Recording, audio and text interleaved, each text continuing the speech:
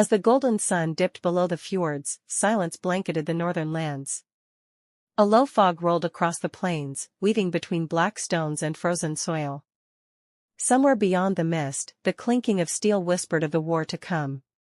But for now, there was stillness. Eirik stood alone on a hill, his cloak heavy with frost. In his calloused hand he held a hammer, not the hammer of Thor, but its brother, gifted through bloodline and fate. The wind carried voices of the past, his father, his forefathers, and all who once wielded courage like a blade. The stars above began to glimmer, and in the hush of twilight, he breathed deeply, not in fear, but in peace. He descended slowly, each step echoing on the frost-hardened earth. Beneath his boots, runes carved into old stone hummed faintly, glowing blue as if remembering him. The battlefield ahead was not yet alive, but it remembered battle, and it remembered blood. A raven circled overhead, black as coal, silent as shadow. Eirik looked up and nodded. He did not believe in omens, yet in that moment, it felt like a sign. The trees bent slightly in the wind as if bowing to his purpose. This was not a march of vengeance. This was the path of guardianship. To protect the land, to protect his people, and to let the gods know he remembered their names. As he reached the center of the field, a circle of ancient stones rose before him. One in the middle bore a mark, an old rune of protection. Eirik knelt and pressed his hand to it. A warmth rose through his arm, into his chest. He remembered his mother's lullabies, sung in low Norse. He remembered laughter around fire, and the scent of pine on longships. Then the vision came. A burst of light behind his eyes. Shapes, dark and clawed, approached from the east, from the shadows of cursed hills. But he did not flinch.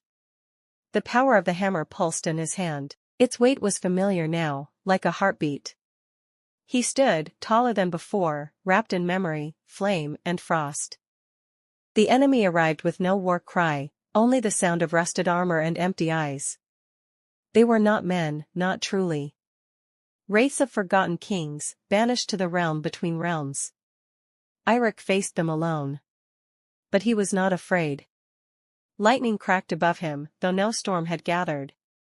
Mjolnir's brother glowed bright white, and in its light the shadows faltered. Eirik spun once, twice, hammer flying through the air like an arc of the sun. He did not kill. He cleansed. The spirits screamed, but not in pain, in release.